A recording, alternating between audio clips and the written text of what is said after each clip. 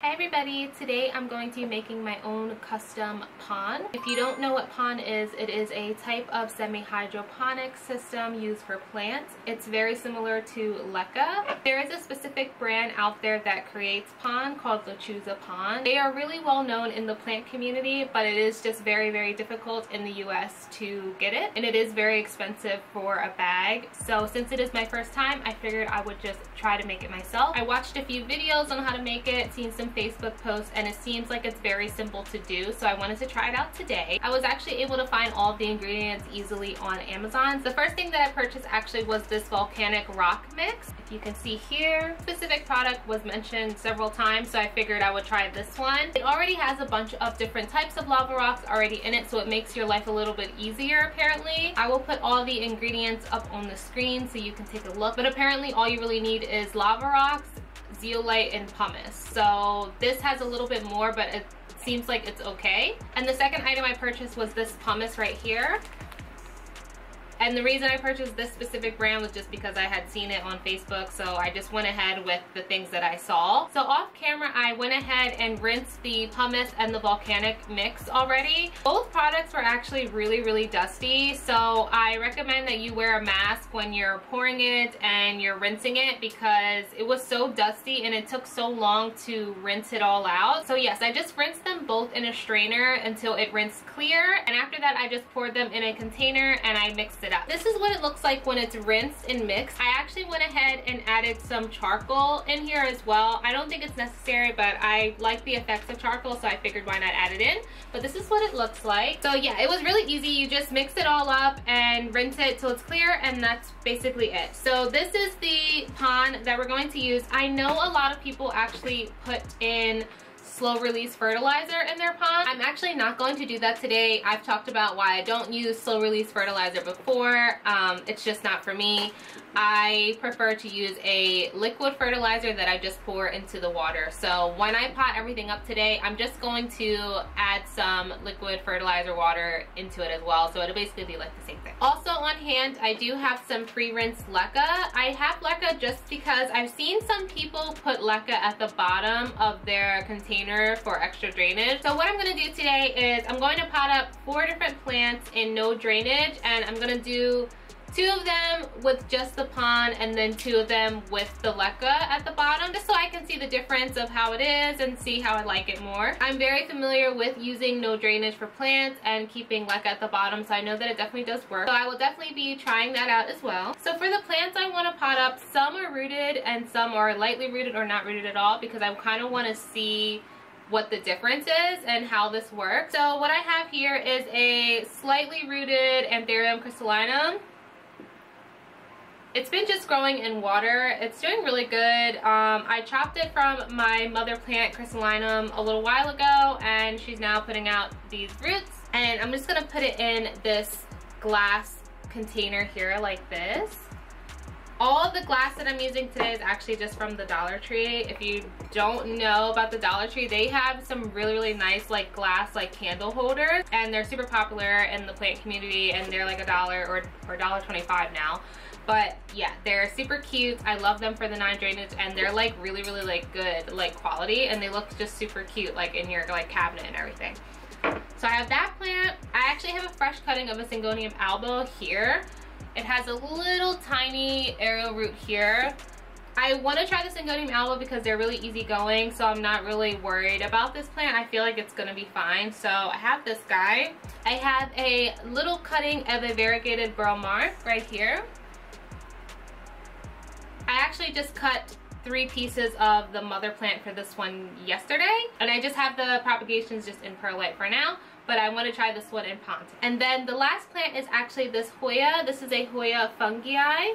I've had it just rooting in water. It actually has a lot of roots, so I think it'll be okay, but I love this plant. It's so cute and splashy.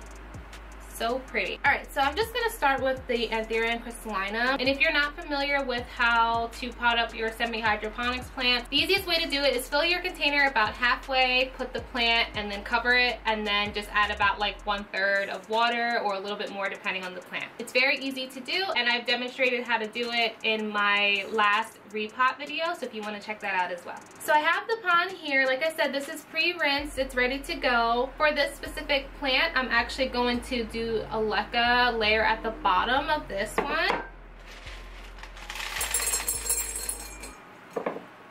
So I did a small layer of leca at the bottom. And then I'm just gonna put the pon on top. And oh my gosh, you guys, I just really love how the pon like looks, like aesthetic wise. Like I think it looks so pretty. It literally does look like aquarium rocks or something. I don't know, it looks so pretty, but it's just so hard to get it in like the US, like, and it's so expensive for like a little bag. Like that's why like I haven't purchased the Lechuza pon. I just feel like it's too expensive to try for like my first time, so maybe I'll try it in the future. But right now it's just like, if I can just make it, like I would just make it and it'll just cost less. I don't know. I'm gonna pot it up like here, or maybe a little bit more. Maybe I'll add a little more.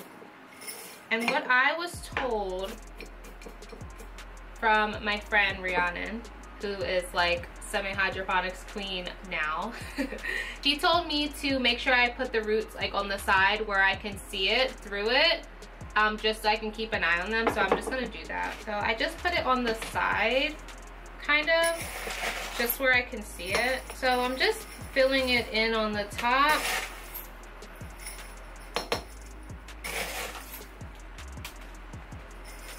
Just making sure that it's like nice and stable.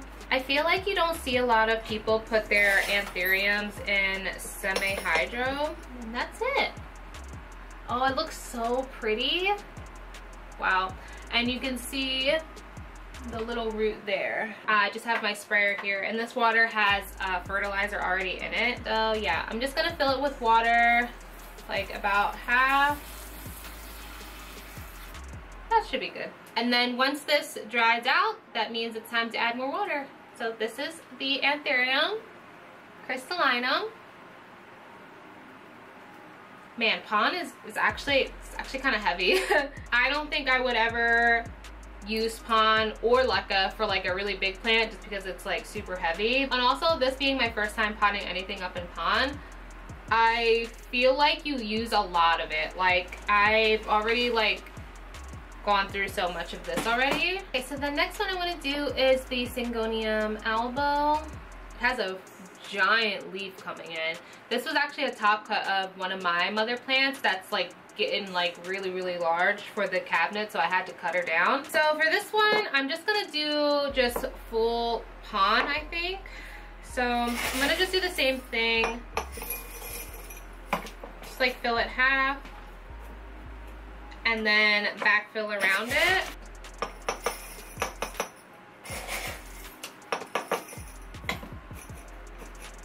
Another popular semi-hydroponics system is fluval stratum.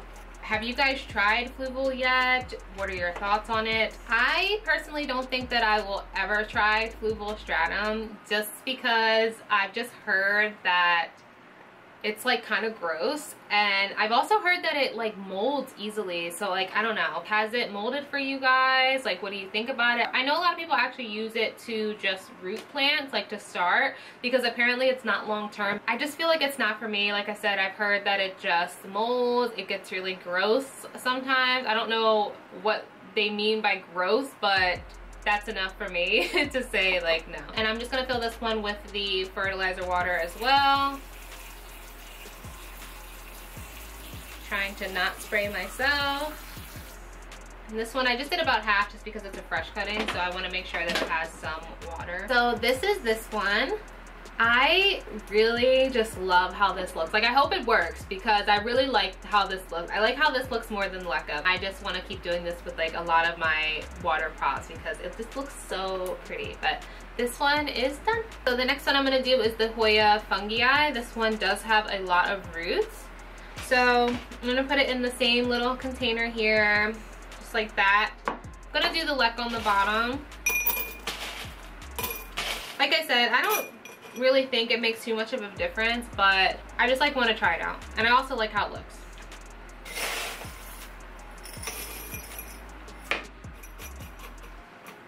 So I'm doing a layer leca on the bottom and then just half of the pon. And then I'm just going to put the plant right on top and then cover it up just like before.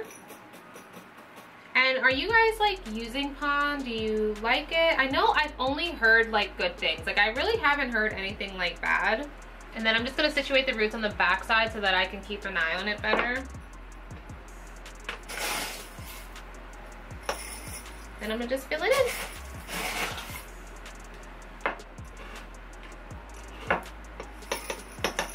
When I was on Amazon getting this lava rock mix, they have like other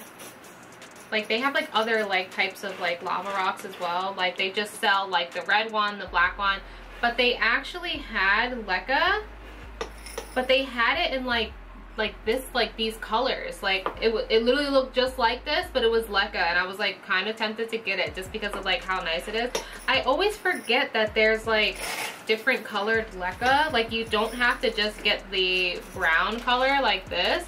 Like I've seen like blue and like black, white, all types of like different colors. I feel like I've even seen like rainbow color from somewhere.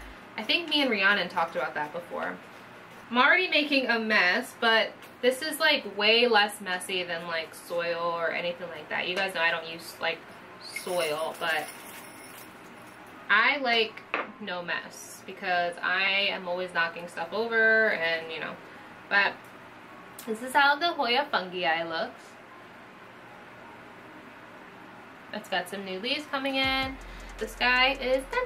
Moving on to the variegated burl mar. This one. The mother plant for this plant has been such a crazy grower, you guys. Like it literally has like 6 growth points. It's growing everywhere. So I just had to cut it because I'm like, it's just taking up too much space in the cabinet. So I cut it.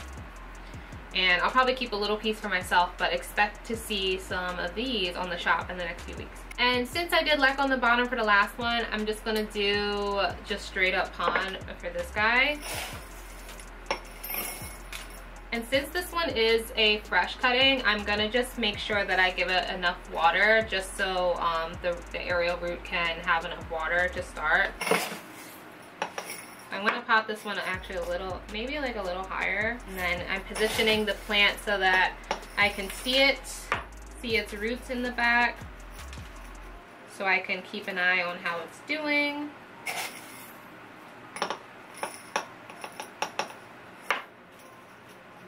So this guy is looking good.